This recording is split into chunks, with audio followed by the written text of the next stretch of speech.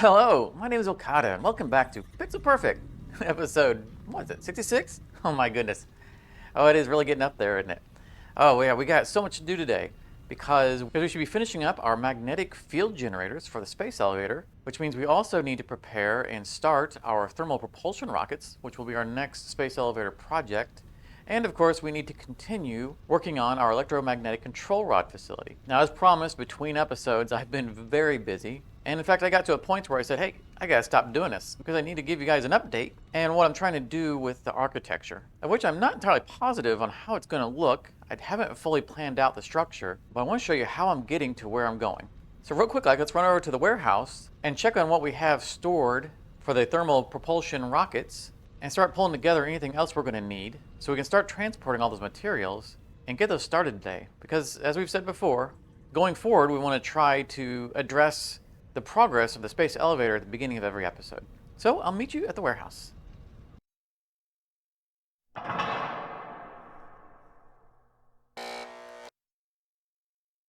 All right, here we are in the underbelly of our beautiful and very cramped warehouse. This is where we've always stored all of our stuff, for the space elevator. And at one point, we actually were just going to do this as our next project, the thermal propulsion rocket, and we changed our mind based on the stuff that we were already manufacturing and just kind of what we had available to us. So a bunch of this stuff is already stored. And I'm not really worried about the full set of everything. If we'll bring up the spreadsheet real quick, you'll see this is our next project, the thermal propulsion rocket. Up here is the magnetic field generator, which should be complete by now. However, we couldn't start on the thermal propulsion rocket because everything here requires assemblers. So we're just going to start off with this smart plating, which means all we need for today are reinforced iron plates, rotors, and plastic. But let's look real quick at what we have stored and start getting it loaded onto our train. Okay, reinforced iron plate. I'm not going to worry about that because we can get that from upstairs really easy. We have a whole bunch of it. We need rotors, which we've already stored at 2,500, and we can check the little automated sign here. Again, this is a vanilla playthrough, but we do have a couple of quality of life mods, one of which I highly recommend, which is called container screens. That automatically reads what's inside your container, as long as there's only one type of thing, and it gives you a percentage and a total. So we know we have 2,500 in here, which is perfect. It's exactly what we need. Let's find our output. That window is...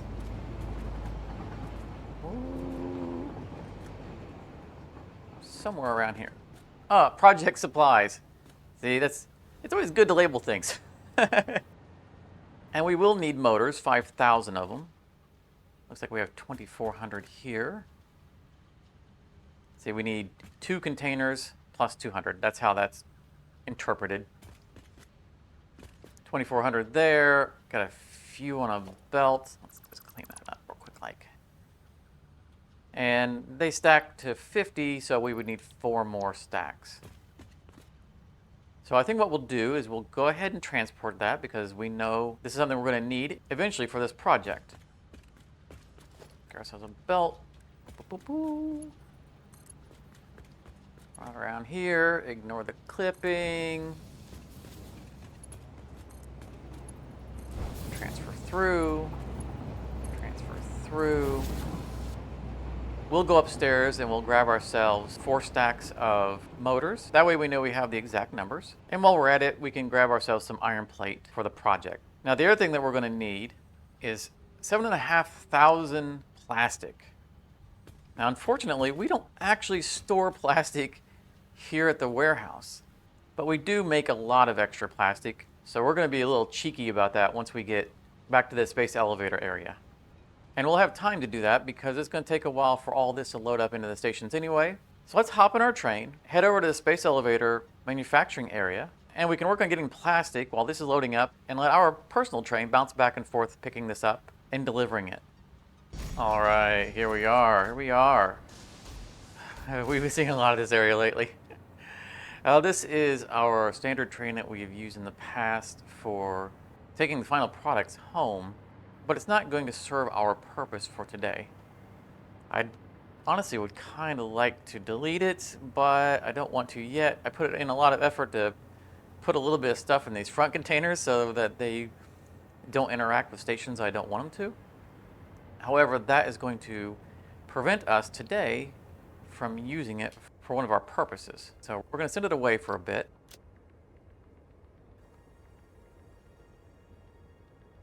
Let's park it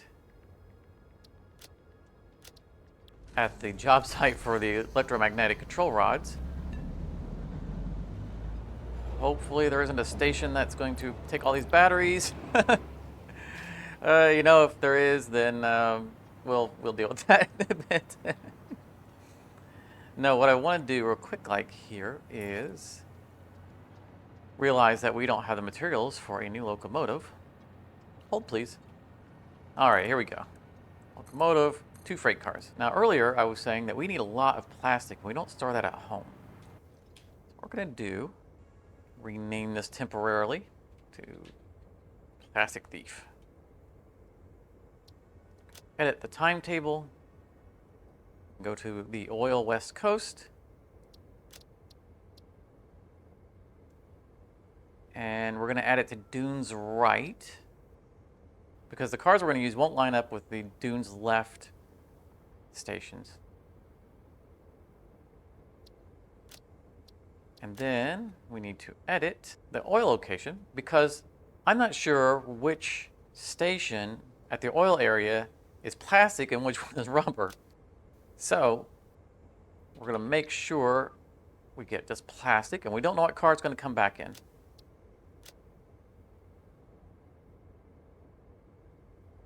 And here we will unload the plastic at one station or another.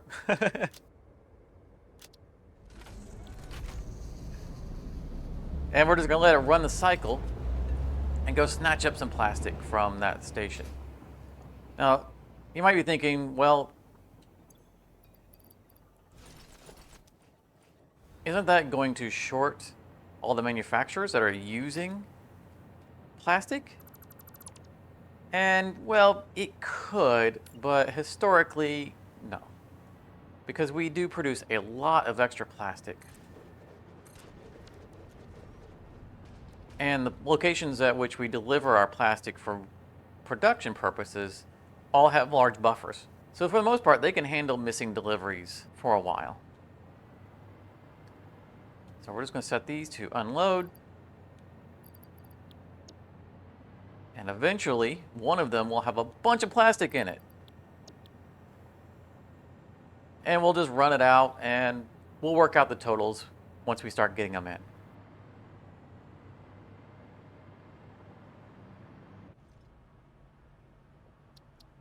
Let's get our train going again so we can start its cycle. I'm going to temporarily delete this belt because we haven't set up our filters yet.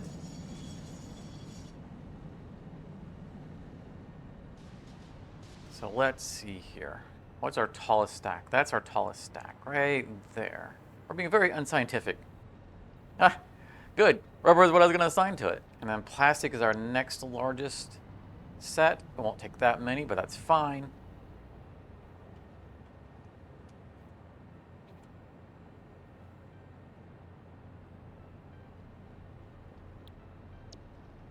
Then I'm just going to take them in order here.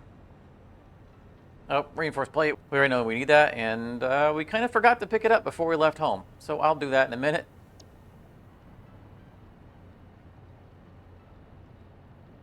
Let's set this to turbo motors. Cooling systems, which we have back at home. I know we haven't set up manufacturing for them yet, but we did set aside a blender to make them ahead of time for this project. Get our rotors in here. And finally, fuse modular frames, but we're just going to leave this blank because the only thing that should be left is the fuse modular frame. So there we go. That is all of the filters set up. Let's grab the belt.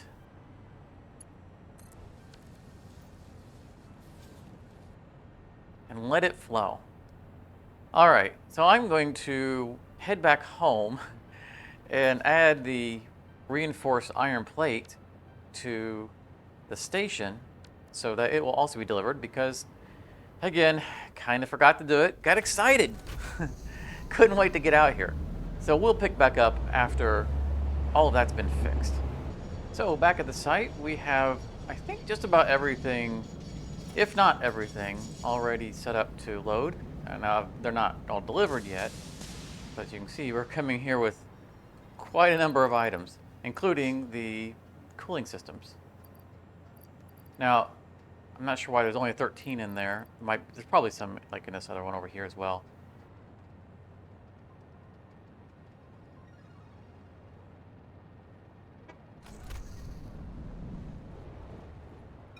And what did I forget to set up a filter for? Oh, motors. Okay. They don't have enough room for motors, and we need more storage there because that was our catch-all that I thought was going to go towards something else. Now I don't remember what I didn't set it to. Bad Vilcata. I should have set it up to whatever it was we were specifically storing there.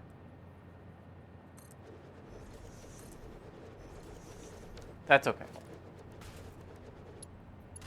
It's pretty easy to figure out. Dump all those in there. Let's set this to motor.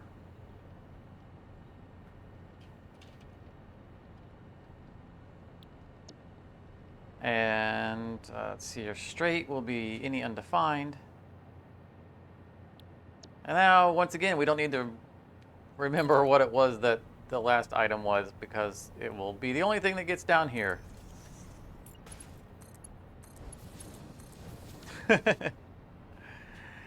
Let the game figure it out for us. Why do we have rubber here? Oh, who knows? But we're going to let this go and continue to fill up.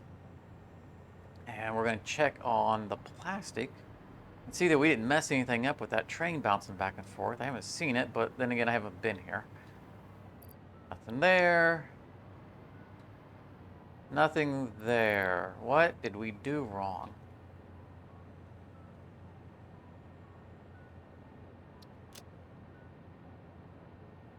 There's Plastic Thief. It's on its way back. These are set to unload. When it gets here, we'll just have to ask it, what's it been up to? Oh, look, it's bringing something. So clearly, it's bringing the plastic. You can't tell me that it was that long of a run. Oh! Okay. I could have swore we set it to Dunes right. Did we just not save it? Silly me. Okay, let's switch that out. Set it to Dunes right.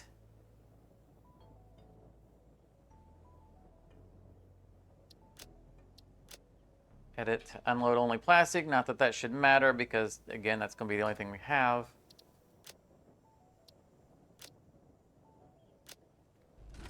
All right, so it's going to have to go bounce away and come back because it can't just do a U-turn here. But that's fine. In the meantime, we now know it's the front car.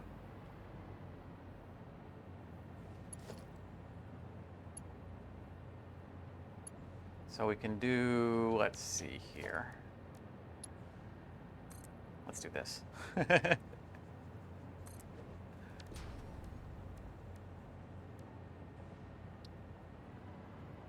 We're going to, no, that's obviously silly. We're going to bring it over here. And we're going to put it in a temporary container because we need to actually have our exact numbers, right? I don't want to just throw it into the filters, even though we are prepared for plastic.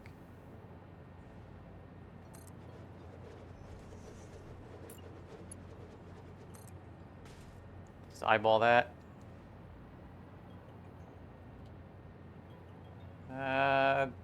That's fine.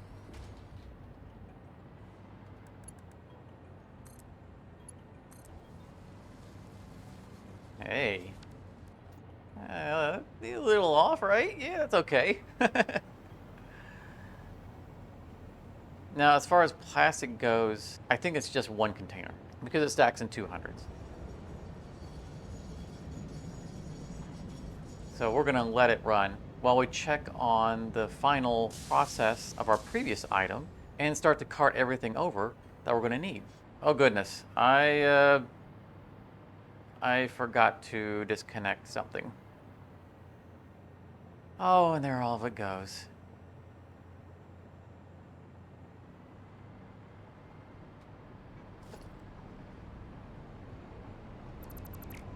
Now, disconnect this. Disconnect this. Stop, stop, stop, stop. No, no, no, stop. Whew. I had to get the one on the end so that it didn't go to my inventory. That way we still have exact numbers. Give me a minute. I'm going to clean up this mess. All right, I think I've fixed everything. There we go. The rest of that's going to go back. And in the process, I split up all the remaining parts into equal numbers. And actually sped a couple of these up because it was necessary to flush all the machines in order to get everything off the belts. You know, it was rubber and cooling systems that escaped into the main line. And I found a nice convenient recipe, the turbo motors, which have both cooling systems and rubber on them. So using that recipe, I was able to turn the machines over so they would take everything off the lines. That way I didn't have to disconnect all the lines and rebuild all of it. But I needed to push some of these through first so we could see the final manufacturing and get this stuff done. Of which we should now be done. 4,000 was our target number. So 2,400. We should see almost 1,600 down here. Yep, just 4 shy, which is what will be in the lift. Perfect, excellent. Next stage is done. Now we get to switch over to our thermal propulsion rocket. Copy that bad boy. Paste it, paste it, paste it. Then give me back all of my, reclaim all of our shards. And again, we didn't use the shards for the manufacturing. I did it just now when I was cleaning everything out. So that was nearly 17 hours since the beginning of the last episode when we set all those up. Reclaim all of our stuff. And now what we need to do is send all the materials forward that we need next, which actually is not the thermal propulsion unit. We got ahead of ourselves. We need smart plating. We're going to take this plastic smart plating alternate, copy that, and that's where all of our reinforced plate, our rotors, and our plastic is going to go.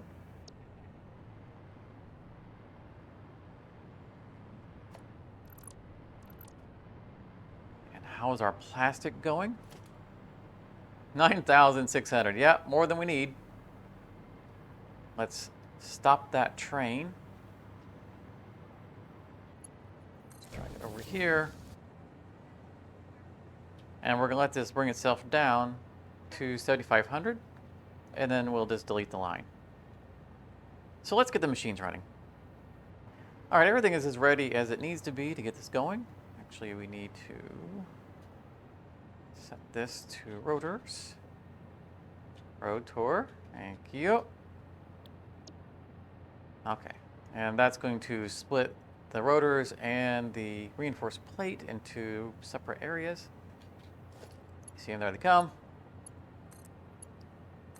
There's no hurry to get either one of them through here because, you know, the rate of usage is far less than the throughput of those belts.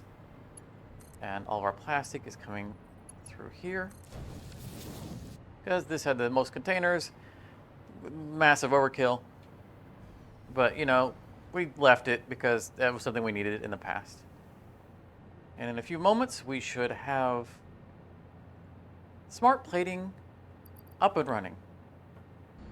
And success. All right, so we have our next step started. Get rid of this and that. What we're doing is we're isolating these containers because our previous product are on their way back towards the station, so that at some point we can send them home to the space elevator. And we don't need them to mingle at this point. We need to have our smart plating isolated. All right, enough of this. Off to the job site. Okay, we're back to Lagville. Again, I'm going to pre-apologize for the frame loss that we're going to see in this area, but can't be helped. So this probably looks mostly like it did when you last saw it. In fact, there's a little bit of cleanup I still need to do, or fixing, which I'll do later, but I decided to go with highlights in yellow. Oh, which actually I can do right now because I want to show you a really cool feature that I did not realize had carried over, which is the filter also works for painting.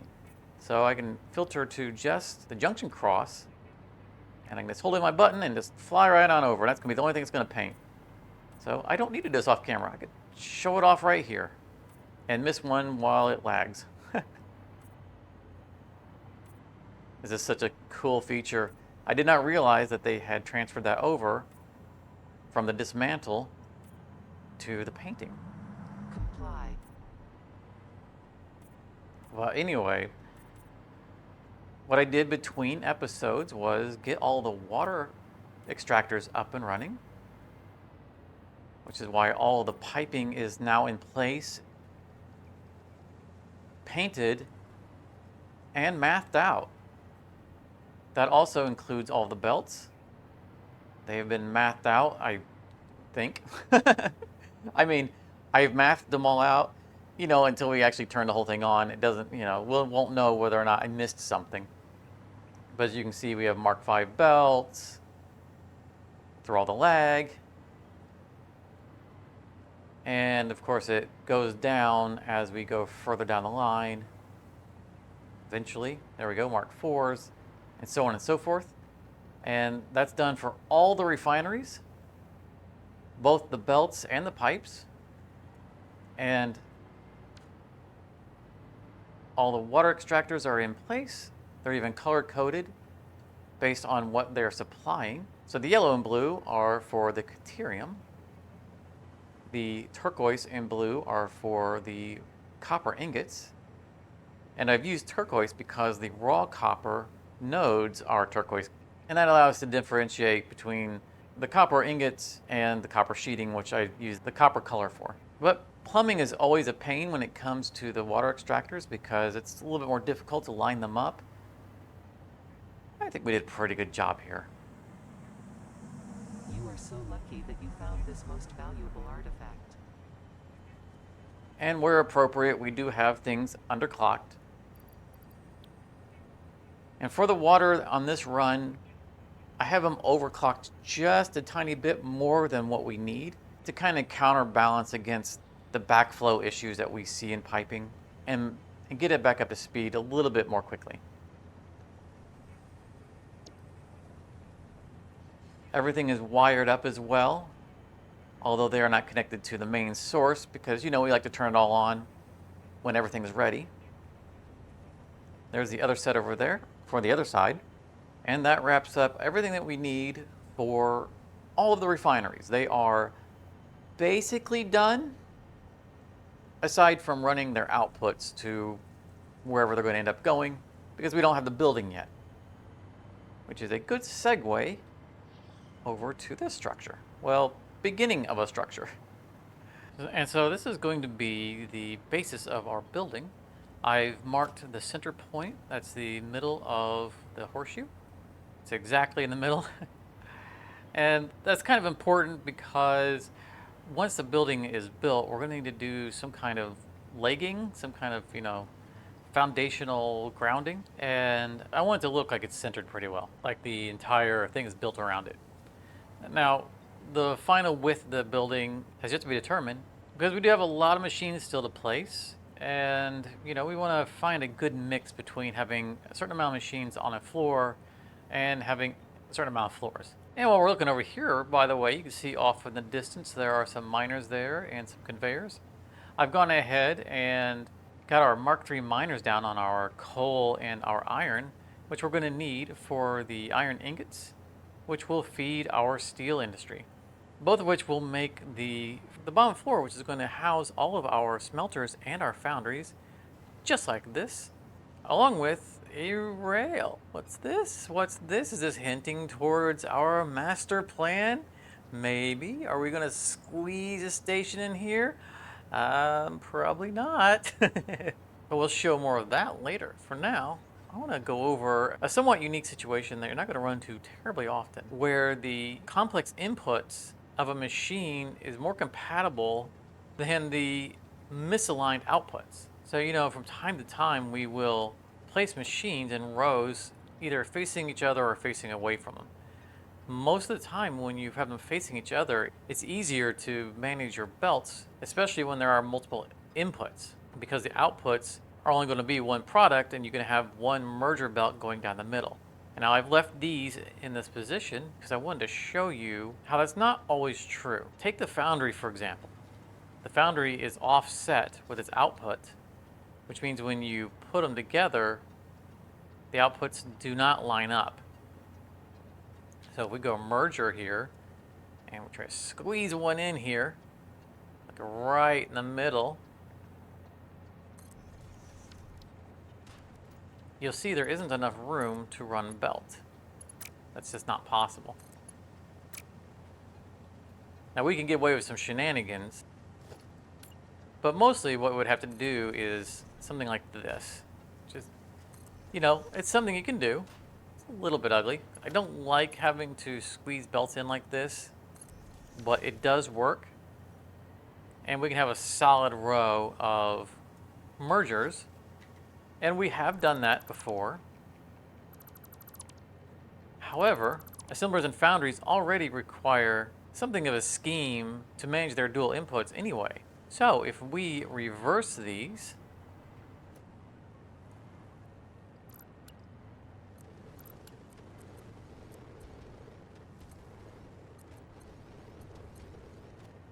we grab ourselves some splitters. We're going to have the iron ingots coming from this side because they are going to be produced in this little horseshoe right here. And they'll come across under the rail. And they'll pop up right here. And you can see the inputs line up. Now it would help if we centered our conveyor splitter better. Try that again. Just like that. It looks like we could have nudged these over just a little bit. Give me a moment. That looks better, doesn't it? As I was saying, we can line these up right in the middle. And it doesn't matter which input that we're sending in. So, the left input doesn't have to be the left input for this one. Just as long as it's receiving the same two products. So we will just divide them out like that. And we don't have that same cramped issue. Now, from here, we have a couple of options. We could run belts underneath for the second input and bring them up with conveyor lifts, or we can do something that we've done in the past. So we're going to line this up. I'm not worried about what direction it's facing because the one on top is the only one we care about. And we're going to have this one going the opposite direction because we're going to be bringing coal in from that side of the building.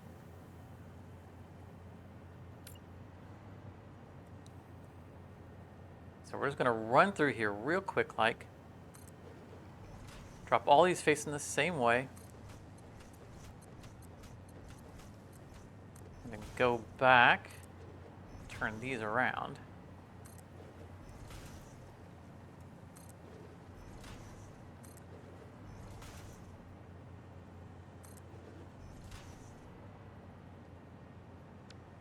And then just delete the bottom one. And we've used this kind of layout plenty of times in the past for feeding assemblers or smelters.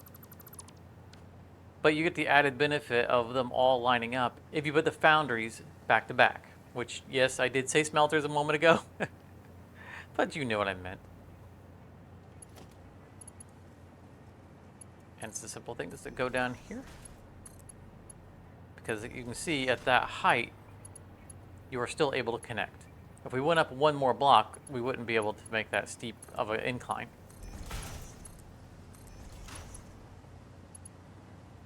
So I'm going to belt all these up just real quick like. There we go. All of the conveyors are done. Nice and neat and pixel perfect. Everything's been mathed out. We have the outputs done, the inputs done. The buildings all have their recipes in them. They've been underclocked where appropriate. We've painted them.